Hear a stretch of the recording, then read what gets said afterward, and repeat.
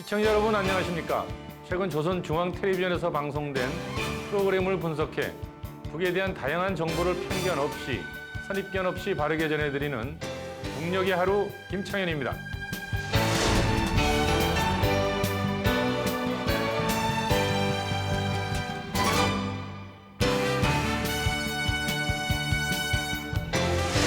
오늘도 우리가 몰랐던 북의 모습, 우리와 다르지 않은 그곳 주민들의 사는 이야기 전해드리겠습니다. 북녘의 하루 이은혜입니다.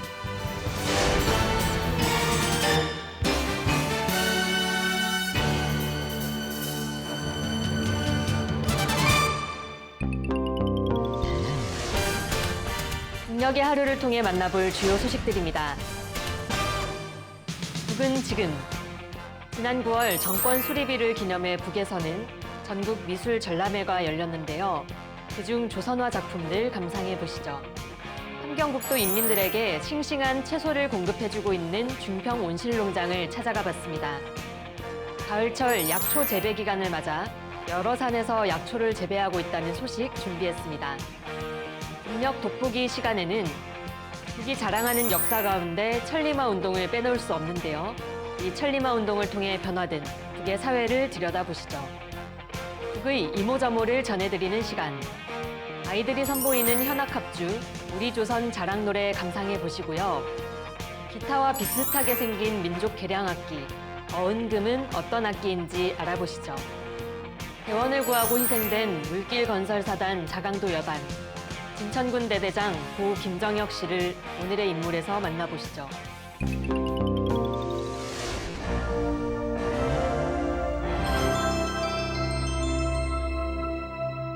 최근 보도된 북의 소식을 전하는 북은 지금입니다. 북은 지난달에 정권 수립 74주년을 맞아 다양한 행사를 개최했는데요.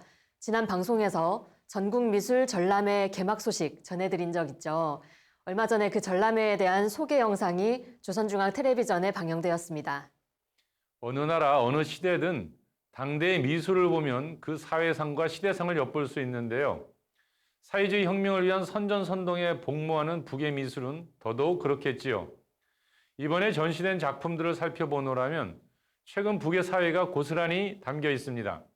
북에는 조선화라는 고유한 미술 장르가 있습니다. 동양화의 맥을 이어오며 서양화적 기법을 가미한, 그리고 내용면에서는 사회주의 현실을 반영한 게 그 특징이죠. 이번 전시회 소식은 그 조선화를 집중적으로 소개하고 있으니까 눈여겨보셔도 좋을 것 같습니다. 조선민주주의인민공화국 창군 74돌 경축 전국미술전람회가 조선미술박물관에서 진행됐습니다.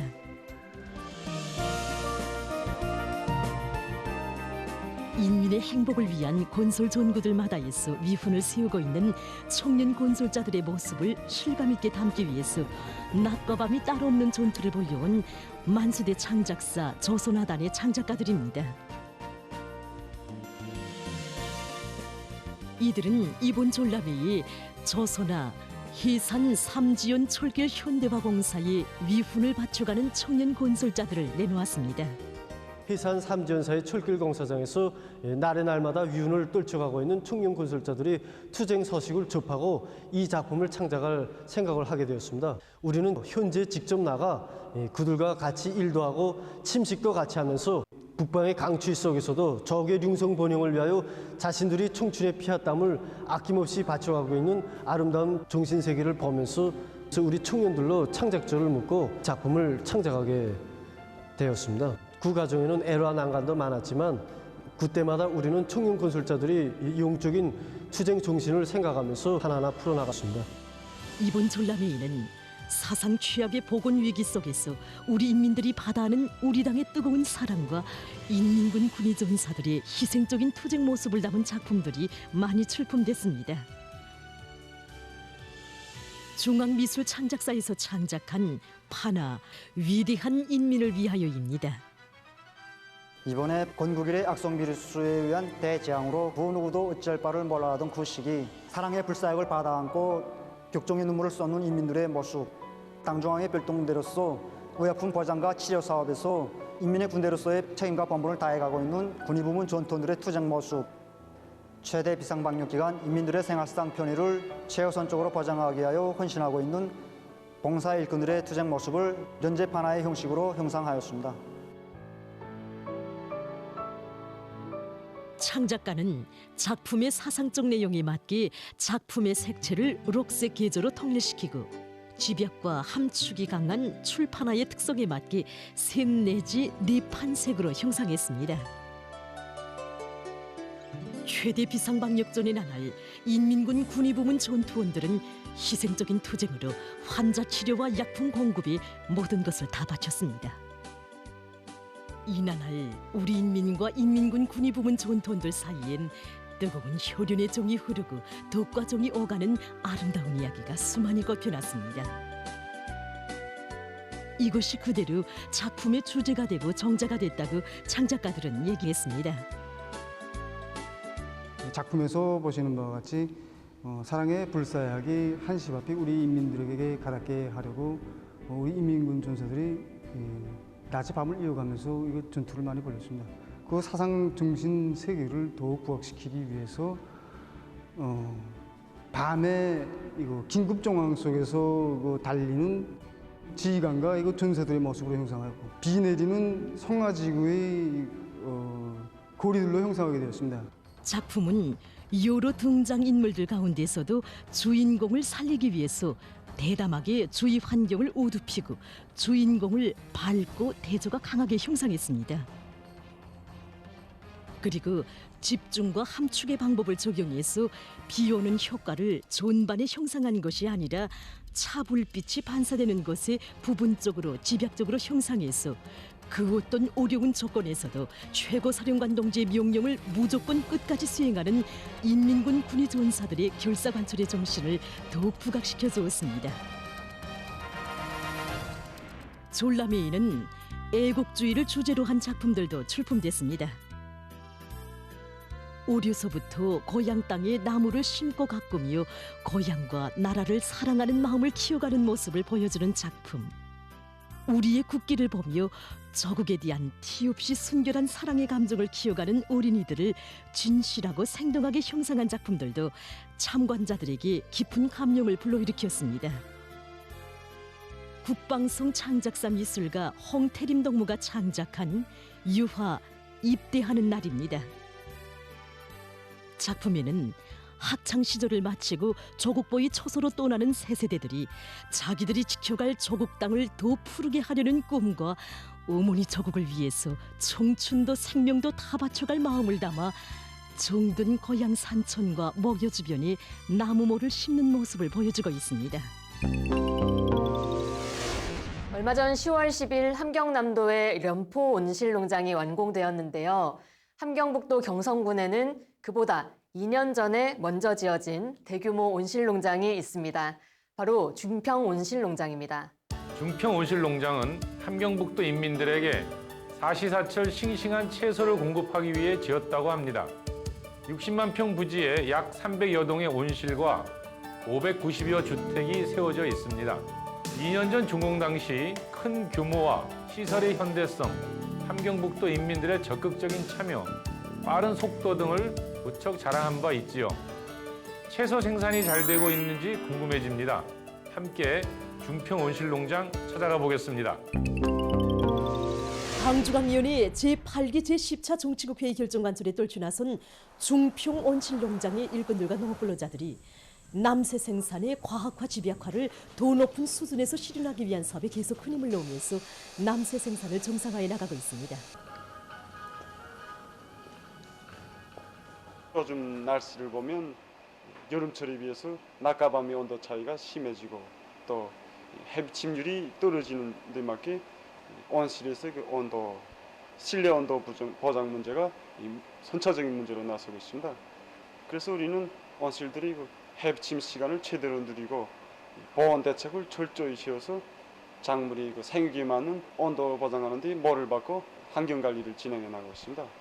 그리고 여름철에 비해서 이거 작물에 대한 영양 공급량은 줄이면서 농도는 높여 작물의 영양물질 흡수량을 줄이고 또 미생물 비료들과 이런 천연생물 활성제를 이렇게 적극적으로 도입해서 작물 생육을 개선해 나가고 있습니다. 이렇게 육농 공정별로 또 작물별로 재배 기술적 요구를 철저히 준수해서 도마도, 오이, 고추를 비롯한 여러 종류의 남초 생산을 정상화해 나가고 있습니다. 북은 요즘 가을철 약초 재배 월간을 맞아 모든 산에서 약초 재배에 힘을 쓰고 있다는군요. 고려의학에 대해서는 자주 소개해드렸었죠. 한의학과 서양의학의 배합. 그 기초가 되는 약초 재배 현장 함께 가보시죠. 산 좋고 물 맑은 우리나라에는 그 어디에 가나 사람들의 건강 증진에 유익한 약초들이 많이 자라고 있습니다. 지금 각지에서 가을철 약초 재배 월간을 계기로 나라의 약초 자원을 적극 누려 모든 산들을 쓸모있는 황금산, 보물산으로 만들기 위한 사업이 활발히 벌어지고 있습니다. 평양시 고려약 생산관리국에서 지리적 특성에 맞는 품종들을 바로 정하고 많이 재배하기 위한 사업을 실속 있게 전개해 나가고 있습니다. 이번 약초 재배월간에 구역군 약초관리소들에서 약초의 가지수와 생산량을 누리기 위한 사업의 일환으로 최종 포존들을 꾸려놓고 필요한 약초 종자들을 자체로 보장하도록 하고 있습니다. 다른 데에서 생산하는 약초들도 우리 평양지의 특성에 맞게 순화시켜서 이용하기 위한 사업도 진행하고 있습니다. 올해만 보더라도 시에서 자체로 생산한 종자들을 가지고 수십 정도의 약초산을 조성하였습니다. 우리가 생산한 약초 가운데서 찔강이 나무가 90%를 차지합니다. 현재 3차까지 수확을 한 상태에 있습니다. 모든 약초 재배에서 재배 공정별 계획을 어김없이 지키고 약초들의 그 유효 성분 함량을 최대로 높이도록 수확 시기를 바로 정해가지고 수확을 진행하고 있습니다.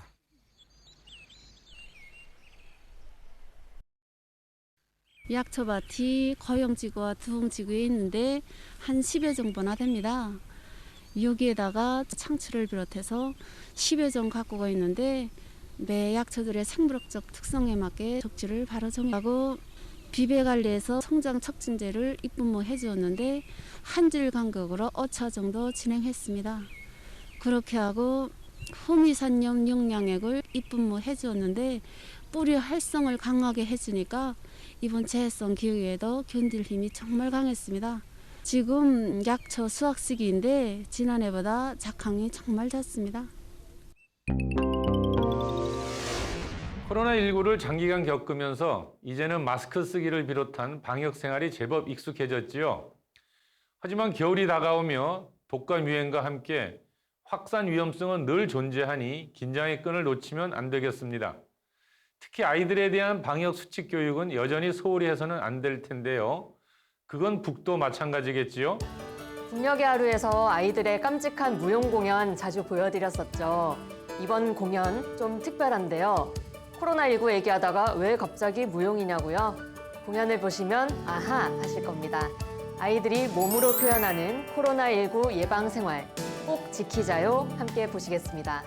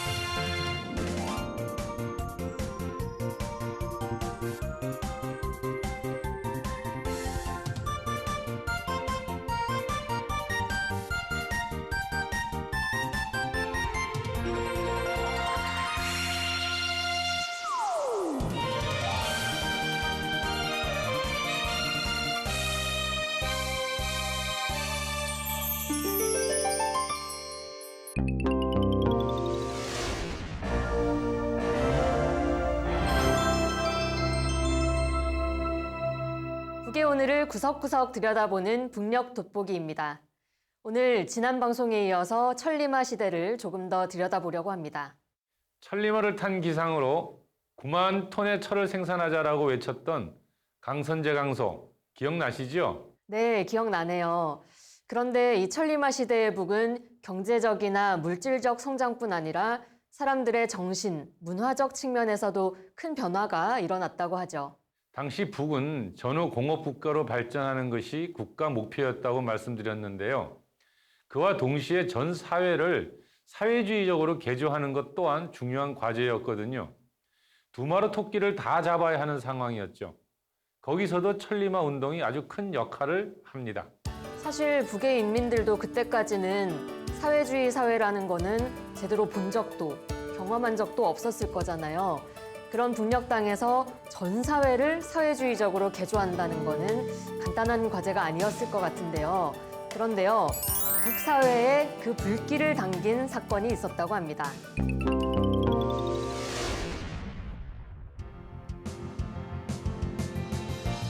촐리마 시대의 방아수 소년에 대한 이야기는 오늘도 위대한 시대의 탄생에 대해 다시금 생각해 보게 됩니다.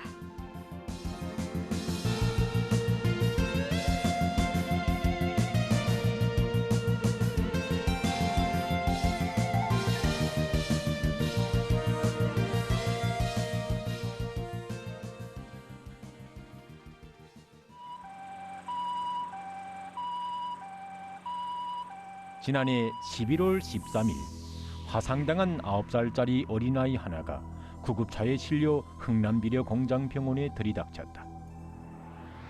의식을 잃고 있는 어린아이는 목과 상반신 전체에 심한 화상을 입어 피부는 완전히 타버리고 붉은 살점이 드러나 보기에도 참혹하였다.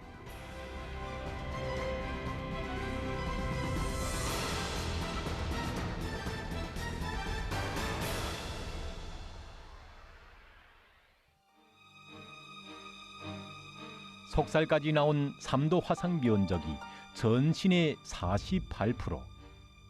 어느 의학 서적에도 이런 화상을 고쳤다는 예가 없는 것을 아는 외과 과장 강하종 동무는 가슴이 철렁 내려앉았다.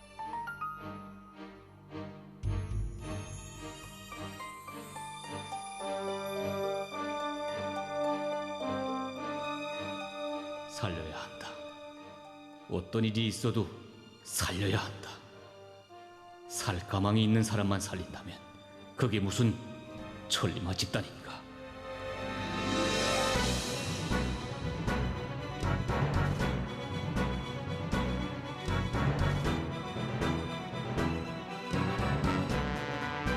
한 달이 지났다.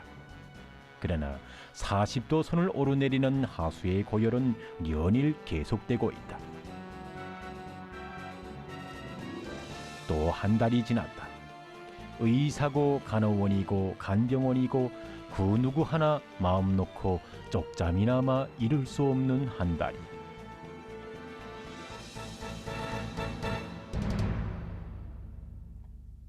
하수를 살리는 길은 단 하나밖에 없습니다.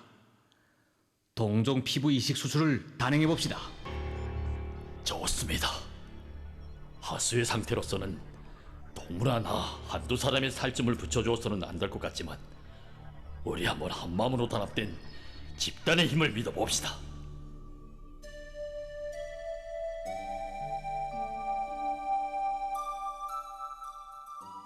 처음 강하종 선생과 그가 맡고 있는 외과 집단 성원들이 자기의 피부를 제공할 곳을 재개해 나섰습니다.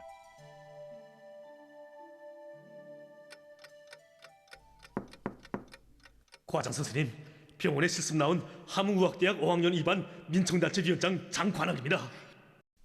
과장 선생님, 우리 17명 학생들의 살을 떼서 하수에게 붙여주십시오.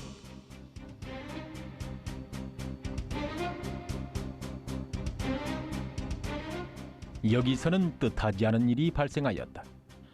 앞서 온 사람들이 저마다 꾀지르고 앞으로 나가려 하는 데다가 디미초 당도하는 사람들이 또한 제만큼 제가 맨 앞장에 서려고 밀치는 판에 금시 수술시라는 혼잡을 이루고 말았다. 10분이 지나고 20분이 지났지만 실내는 수습되지 않았다.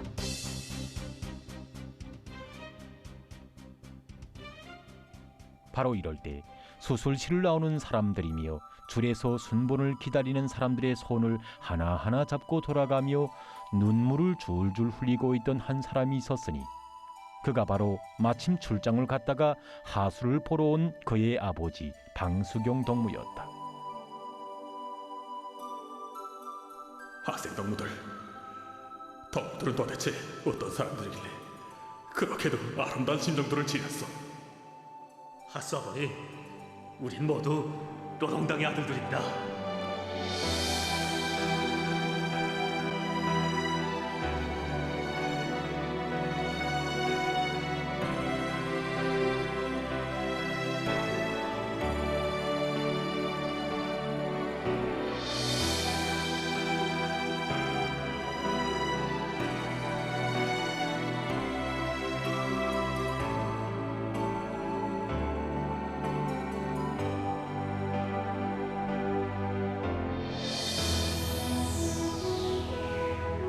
그리하여 이미 2차에 걸쳐 80여 명의 의료 일꾼들과 청년 학생들 및 환자들이 떼어준 살은 그들의 아름답고 숭고한 마음을 담은 공산주의의 붉은 꽃이 피어나듯 소년의 온몸에서 붉게 살아나고 있다.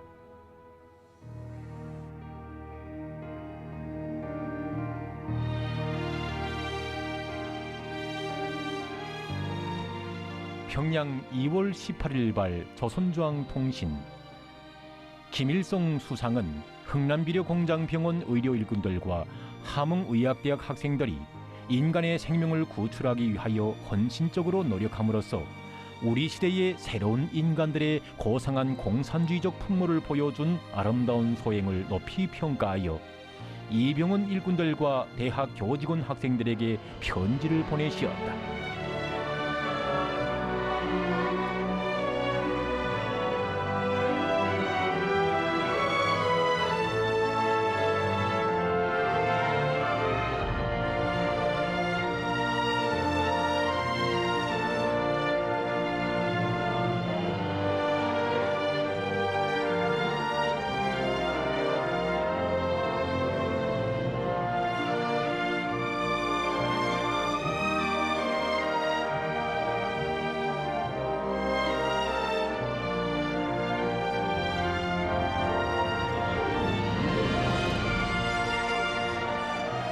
연도의 군중들도 광장의 승리자들도 모든 사람들의 시선은 일제히 새하얀 위생복으로 단장한 의료 일꾼들에게 또받들려 서서히 주석단 앞에 다가오는 꽃차에 쏠린다. 꽃차는 주석단 앞에 이르러 멈춰섰다. 한 송이의 커다란 꽃 속에서 흥남비료공장병원 이중천리마 외과 과장 강하정, 간호원 함정희, 함흥의학대학 학생 장관학과 함께 방하수 소년이 나와 꽃묶음을 들고 주석단으로 향한다. 3도 화상이 전신의 48%에 미쳐 시들어만 가던 이 어린 꽃송이에는 오직 당의 뜻대로 살려는 붉은 의료 일꾼, 붉은 학생들의 핏줄이 이어짐으로써 정녕 1100년 지지 않을 꽃으로 다시 피어났다. 그렇다. 방아수의 몸에는 바로 160여 명 공산주의자들의 고귀한 살점이 옮겨졌고 그의 혈관에는 공산주의자들의 티 없이 맑은 피가 흐르고 있다.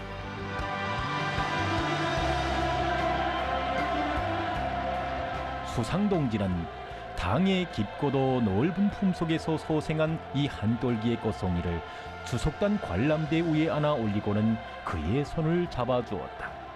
그리고 강하종 외과 과장과 장관학 학생의 손을 잡으시고 높이 축혀들어 흔들었다. 뜨거운 그 무엇이 사람마다의 가슴을 친다. 네, 의료진과 대학생들의 살점을 떼어주어 건강하게 되살아난 방아수 소년의 이야기 보고 왔습니다. 이 사례가 지금도 북에서 계속 이어지고 있는 의사들의 정성운동, 그 시초가 된 이야기 맞죠? 네, 맞습니다. 북에 가본 말이죠. 의사들의 가운, 그리고 또 병원의 벽면에 정성이라는 글자가 새겨져 있습니다. 그것은 이제 그 아까 그 소년처럼 피와 살을 다 떼줘서 목숨을 살려낸 그런 그 마음처럼 그 정성으로 모든 인민들의 생명과 건강을 지켜내겠다, 뭐 이런 것이죠. 네. 근데 사실 이 정성운동은 근데 의료계에서만 파장을 일으킨 게 아니라 굉장히 여러 분야에 파장을 일으켰습니다. 나만을 위한 삶이 아니라 남을 위해 희생하는 모습. 그게 전 사회에 감동을 줬나 본데요. 우리도 저 의료진처럼 살아가자. 이런 사회적 분위기가 형성됐나요? 그런 것이죠. 그러니까 이제 북에서는 천리마 시대를 집단주의적 인간형, 시대의 영웅을 길러낸 시대다. 뭐 이렇게 표현하거든요. 그러니까 생각 한번 해보세요. 그러니까 개인적으로 삶을 살아가거나 자기 가족들만을 위해 사는 것이 아니라 이게 폐허가 된 조국을 다시 또 일으켜 세우고 헌신하고 또 희생하는 모습이 사회 곳곳에 이제 발현되었던 것이죠. 그 유명한 하나는 전체를 위하여, 전체는 하나를 위하여 그 구호도 이런 바탕에서 생겨난 거겠네요.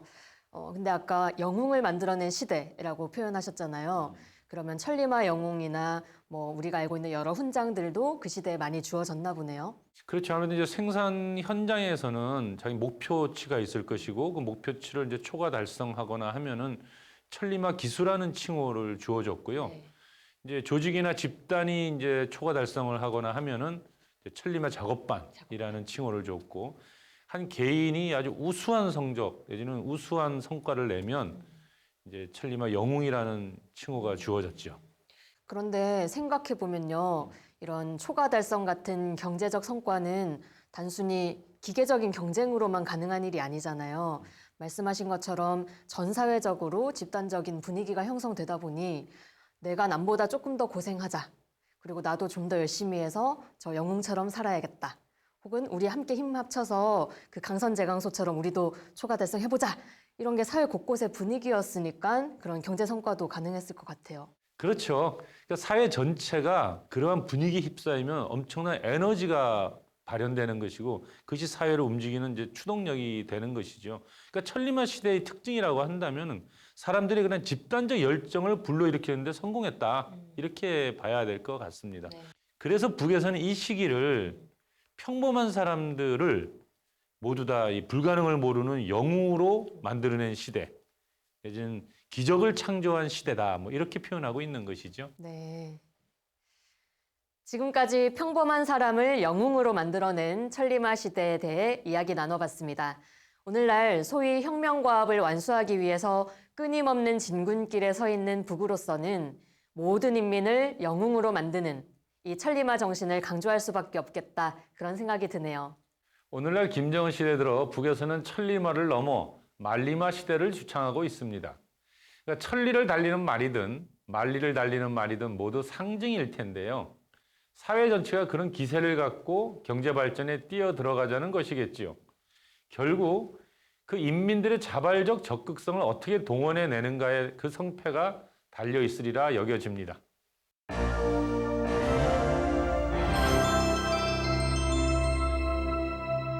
조선중앙텔레비전에서 방영되는 다양한 프로그램을 모아 보여드리는 북이모저모 시간입니다. 오늘도 어떤 흥미로운 소식이 준비되어 있을지 기대하셔도 좋습니다. 먼저 경성 유치원 원아들이 선보이는 현악합주 우리 조선 자랑 노래를 보내드리겠습니다.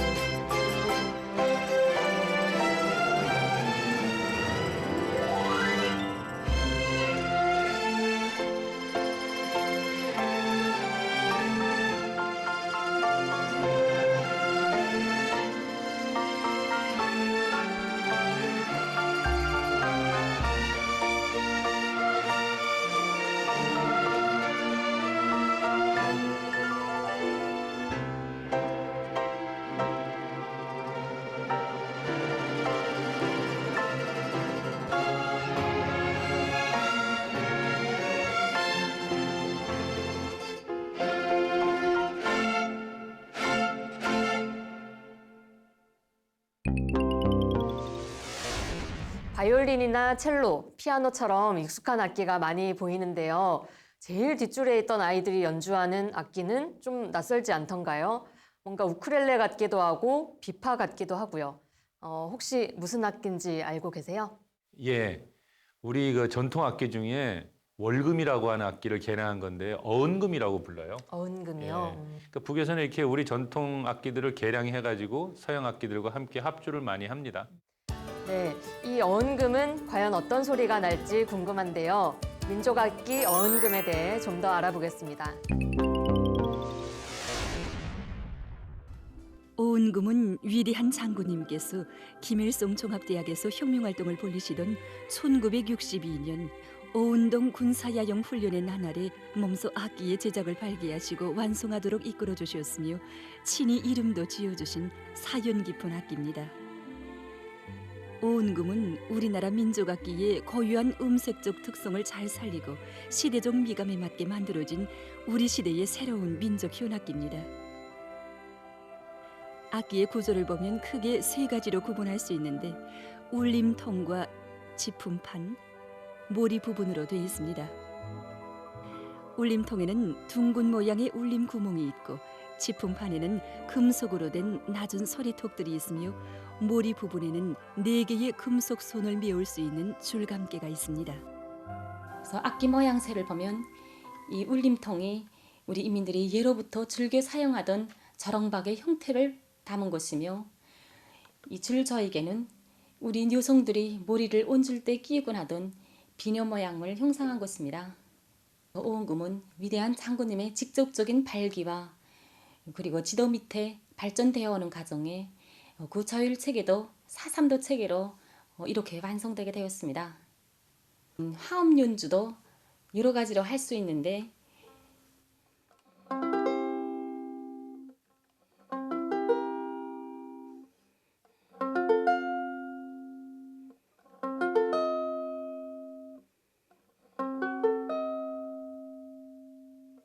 이렇게 기본 3화음과 7화음, 전해화음, 감화음 등 다양한 형태의 화음들을 마음대로 짚을 수 있습니다. 그리고 리듬 연주도 자유제재로 할 수 있는데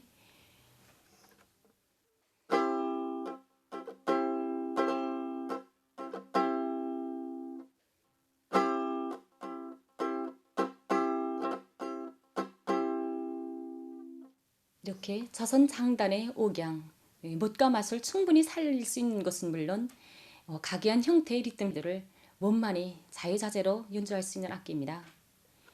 이와 같이 어은금은 선율악기로서의 역할과 함께 이렇게 화음 및 리듬 악기로서의 역할도 다 같이 수행하는 것으로 해서 연주 형상에서 정말 다양한 표현력을 가지게 되는 것입니다. 그래서 연주 자세를 보면 해금 서각기 그리고 가야금, 바이올린과 같이 이렇게 악기를 몸에서 일정한 정도의 간격을 두고 연주되는 것이 아니라 상체로 안아주는 듯한 이런 자세로 몸과 악기가 친근하게 이렇게 밀착돼서 연주되기 때문에 그 음악적 느낌과 감정 표현에 있어서 정말 섬세하고 감흥도 매우 큽니다. 어은금은 다루기도 간편하고 배우기도 쉬운 것으로 해서 아주 대중성이 있는 악기로 되고 있습니다.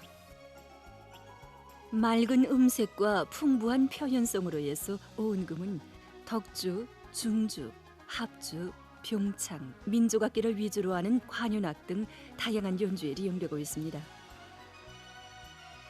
위대한 장군님의 손길 아래 태어난 어은금은 오늘날 국보적인 가치를 가지는 악기로 민족의 자랑으로 되고 있으며 우리 인민의 문화정서 생활을 보다 풍부히 하는 데 크게 이바지하고 있습니다.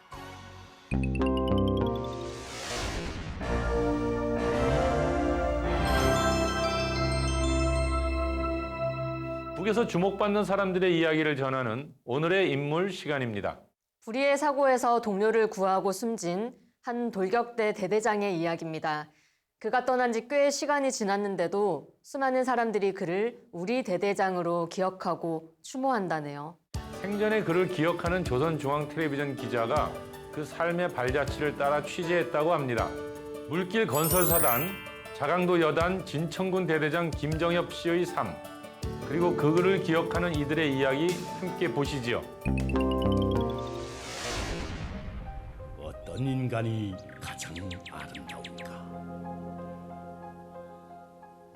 어떻게 사는 것이 가장 아름다운 생이고 어떤 삶이 끝나지 않는 메아리로 사람들의 마음속에 길이 공명될 수 있는가?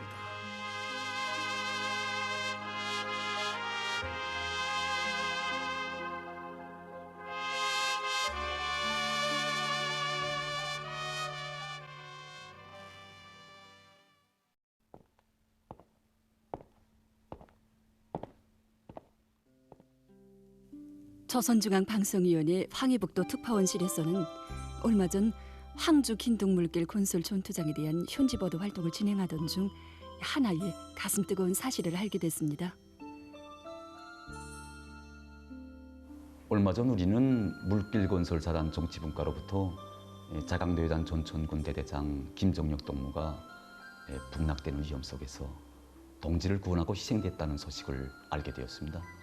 그래서 구 대대장 동무로 말하면 제가 지난 시기 취재 과정에 알게 된 사람이었는데 항상 만나면 웃는 얼굴로 반겨 맞아주고 특히 자기 덜격대원들의 모습을 고향의 부모 처자들이 볼 수 있게 화면에 잘 담아달라고 웃으며 말하던 그 모습이 아직도 눈앞에 생생합니다. 그런데 그가 희생됐다는 소식을 듣고 정말 가슴이 아팠습니다. 그래서 그의 영적 희생에 대해서 기자로서 취재도 하고 싶고 또 인간적으로는 그의 희생 앞에 꽃이라도 한 송이 놓고 싶은 마음을 안고 오늘 우리는 그가 일하던 덜격대로 떠나려고 합니다.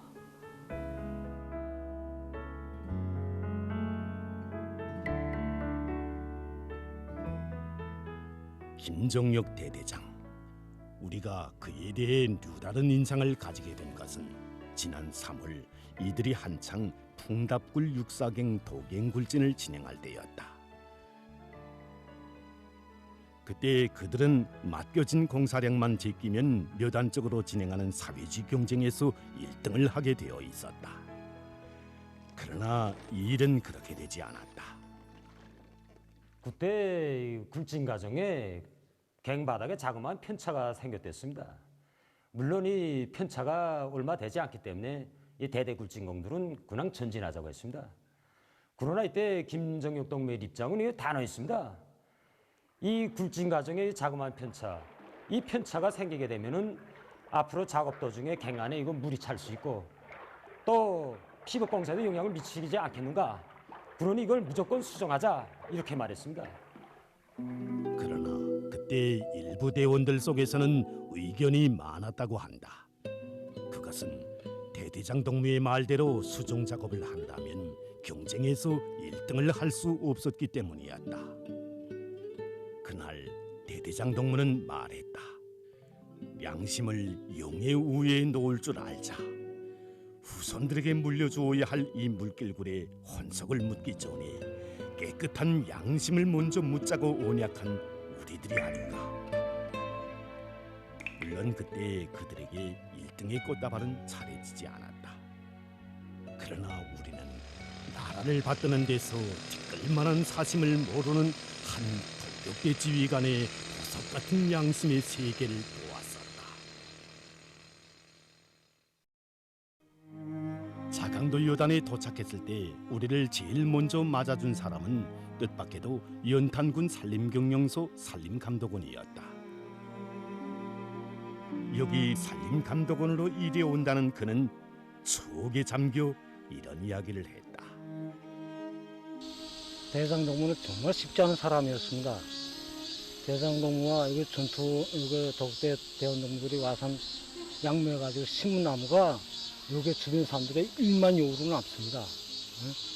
2020년도 초에 황주 긴둥물질공사 전투과제를 받고 이 푼남리 지구에 와서 자리를 잡고 대장 동무가 한번 나한테 찾아왔습니다.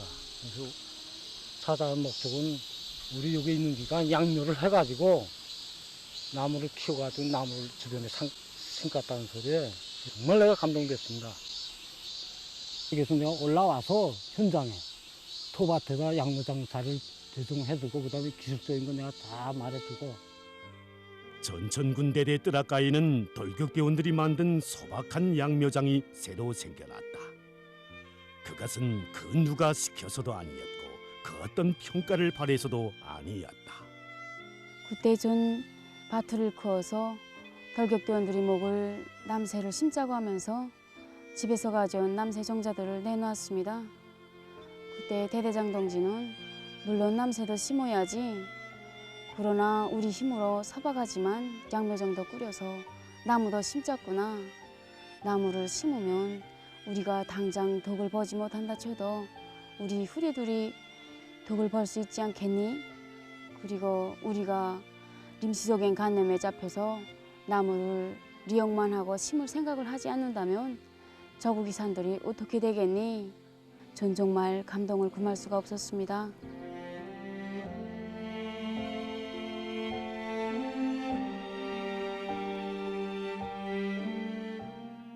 정력대대장 동무는 이 남을 위해 태어난 사람처럼 이 정말 누가 아파하거나 괴로워할 때 도와주지 않고는 못 견디는 그런 사람이었습니다. 마음이 정말 고왔습니다.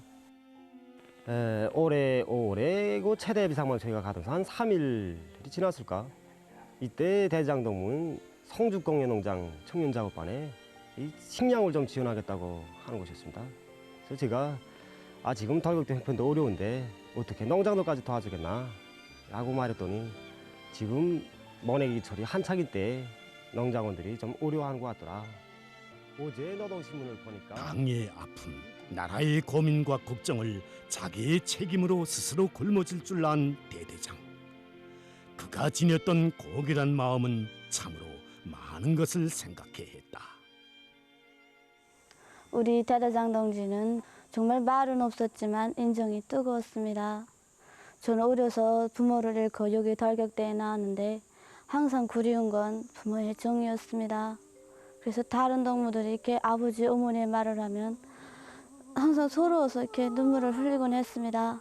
그때 대대장 동지가 형야 울지 마라. 내가 있잖니. 이제부턴 여기 돌격대가 네 집이고 내가 너희 아버지야. 그러니 우리 웃으면서 일을 더 잘하자꾸나. 그때부터 저에게 아버지가 생겼습니다.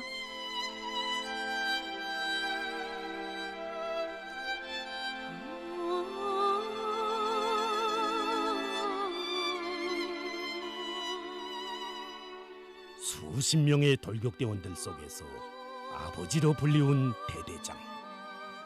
그러나 돌격대의 단 한 사람, 바로 그의 딸 유정이만이 아버지를 아버지로 부르지 못한 사연을 우리는 취재 과정에 알게 되었다. 10년 전 제가 중학교를 졸업하고 여기 돌격대에 나왔을 때 한 번은 아버지가 조용히 저를 부르더니 이제부터는 아버지라고 부르지 말라고 하는 것이었습니다. 그래서 왜 그러는지 해서 우아했댔습니다. 그런데 아버지가 너도 보다시피 여기 돌격대는 모든 사람들이 부모 처자를 고향에 두고 멀리 천리 밖에 떨어져 나와서 생활하고 있는데 그 속에는 부모 없는 청년들도 있다는 거. 그런데 내가 아버지하고 부르면 그들의 마음이 한쪽으로는 서글퍼지지 않겠는가. 그러니 앞으로는 돌격대원들 앞에서는 물론이고 단둘이 있을 때도 국력 삼가하라고 이야기하는 것이었습니다. 12살 때부터 돌격대로 떠나간 아버지와 헤어져 살아야 했던 유정이. 그는 돌격대로 탄원해서 10년 남아 단 한 번도 아버지를 아버지라고 부르지 못했다.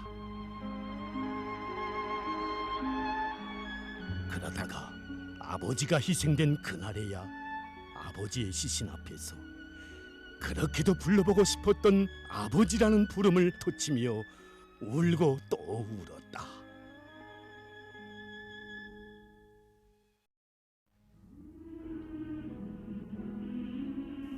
원래 저희 아버지는 황해남도 물길 2단계 공사가 진행될 때 군에서 보건 부문에 책임 일꾼을 시키겠다고 몇 번 선장을 떨고 뗐습니다. 그래서 그때 제가 아버지 들어가세요. 어머니도 불치병으로 몇 년째 저렇게 앓고 있는데 여기 더위 때는 제가 남겠으니 이젠 집으로 들어가라고 이야기했습니다. 그때 아버지가 나도 가고 싶다. 지금까지 거락을 함께한 동무들을 둬두고 어떻게 저 혼자 좋겠다고 고향으로 가겠는가. 이제 우리가 이 항주긴둥물길 공사를 하루빨리 완공해서 우리 원수님께 완공의 기쁨을 누리는 그날 영광의 기념사진을 찍게 되면 그 기념사진을 가슴에 안고 고향으로 가고 싶다고 뜨겁게 이야기하였습니다.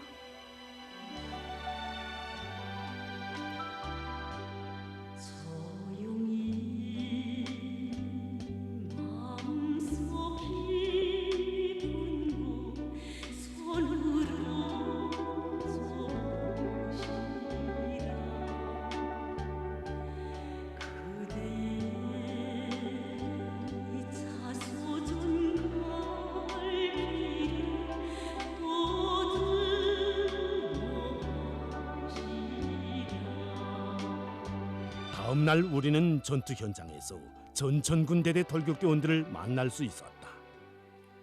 그들은 한창 철판을 이용한 휘틀 공법을 받아들이고 있었는데 그것은 대대장 동무가 그전부터 무조건 하자고 했던 문제라고 했다. 정육 대장 동지는 평소에 철판을 이용한 휘틀공법을 완성하면 공사의 질을 더 높일 수 있다고 늘 이야기하곤 했습니다. 그런데 대장 동지가 희생된 다음 대원들이 사이가 절약돼서 주저앉고 말았습니다.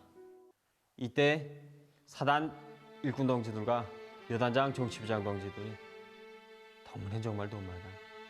대장이 생전에 그렇게 하고팠던 일을 하지 못하고 앉아서 슬픔의 눈물만 흘리면 그게 무슨 혁명적 우정이고 동지에게는가. 대장이 이걸 알면 얼마나 섭섭해하겠는가. 그래서 우린 이 공법 무조건 완성하자고 일떠섰습니다.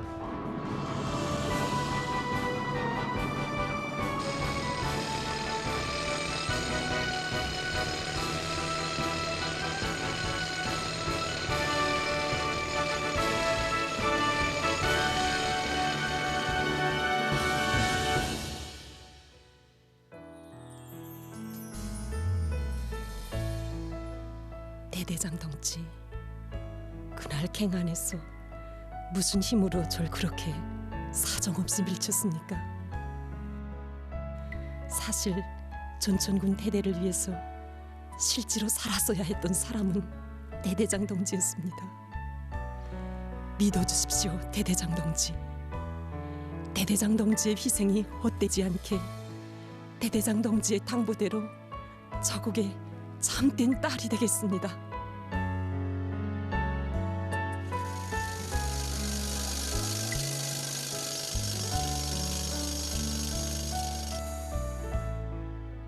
지난 시기 정육동문의 대대와 앞서거니 뒤서거니 하면서 경쟁도 많이 해왔습니다. 정육동무가 우리를 곁을 떠났다고 해서 우리의 경쟁이 끝났다고는 생각지 않습니다. 군은 오늘도 이 물길 공사장에서 영원한 우리 경쟁자로 살아있을 것입니다. 대대장 동지의 한생의 꿈과 소원은 우리들의 마음속에 그대로 간직되어 있습니다. 대대장 동지가 못다한 일들을 그처럼 사랑해주고 정을 주었던 우리 돌격대원들이 무조건 끝까지 해낼 결심입니다.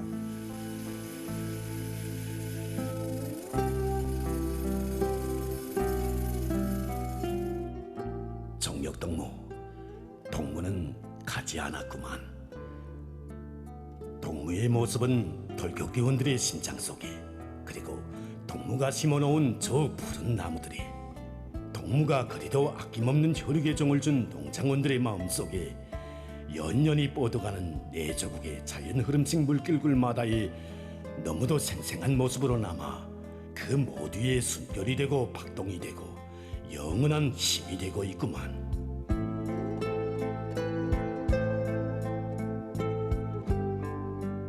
살아서도 죽은 삶이 있고 죽어서도 죽지 않는 삶이 있다. 그것은 오직 자신을 위해서만 사는 삶과 동지와 조국을 위해서 희생하는 삶이다. 자신의 안락만을 위해서 산 생은 자기 자신도 기억할 수 없지만 집단과 동지, 조국을 위해서 산 애국자의 생은 동지들이 기억하고 인민이 기억하고 어머니 조국이 영원히 기억한다. 그것은 분명히 영생하는 삶이다.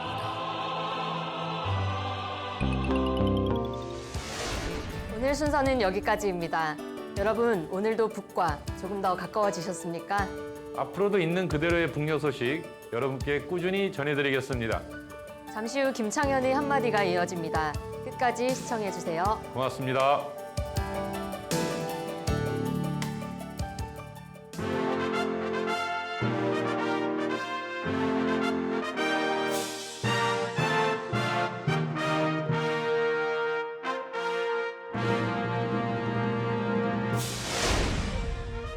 우리가 일반적으로 타인을 부를 때 가장 존경의 마음을 담은 호칭은 무엇일까요? 아마도 선생님 아닐까요? 근데 곰곰 생각해보면 선생님은 크게 두 종류의 직업군에 붙입니다. 학교 선생님과 의사 선생님이 바로 그것이지요. 물론 각 분야에서 헌신해온 분들에게 존중의 마음을 담아 성명 뒤에 선생을 붙이기도 하지만 일반적으로 그렇다는 것입니다. 이것은 아마 북도 마찬가지일 듯합니다. 우리 민족은 오래전부터 무지를 깨우쳐주며 뭔가 가르쳐주는 사람, 병이 생겼을 때 정성으로 이를 고쳐주는 사람을 선생님으로 모셔온 전통이 있습니다. 돈으로 환산할 수 없는 분야가 사실 교육과 의료였던 것이지요. 북의 모든 병원에는 의사의 정성이 명약이다 라는 구호가 붙어 있고 모든 의료진의 명찰 위에는 붉은색으로 정성이라는 두 글자가 크게 쓰여 있습니다. 북의 의료진에게는 정성운동의 전통이 있다는군요. 전신에 화상을 입은 한 소년을 여러 명의 의료진과 의대생들이 자신의 피부를 이식해 목숨을 살렸다는 미담이 정성운동의 시작이었다는데요.